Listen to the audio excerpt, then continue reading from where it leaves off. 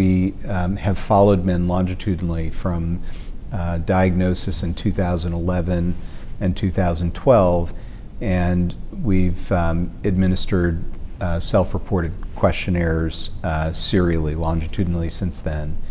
And there are a lot of interesting findings in that. I think what I'm excited about is that we have put out our main findings, which essentially are what you'd expect. Each treatment has its own profile of side effects. With surgery, we worry about erectile dysfunction and urinary leakage. With radiation, similarly, we worry about erectile dysfunction, although it seems to be more gradual decline than with surgery. And we worry about urinary and bowel function symptoms, which were surprisingly modest in this cohort.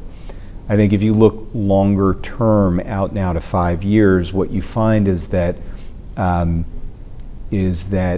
lot of these differences attenuate, that the sexual function with surgery goes down right away and recovers somewhat, and with radiation it goes down gradually.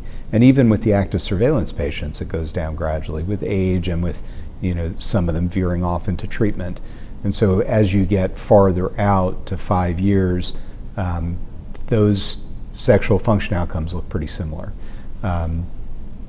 Still, the surgery group has a higher risk of urinary incontinence out long term, and those numbers are roughly about 15% of men still report a moderate or big problem with urinary incontinence out to 5 years.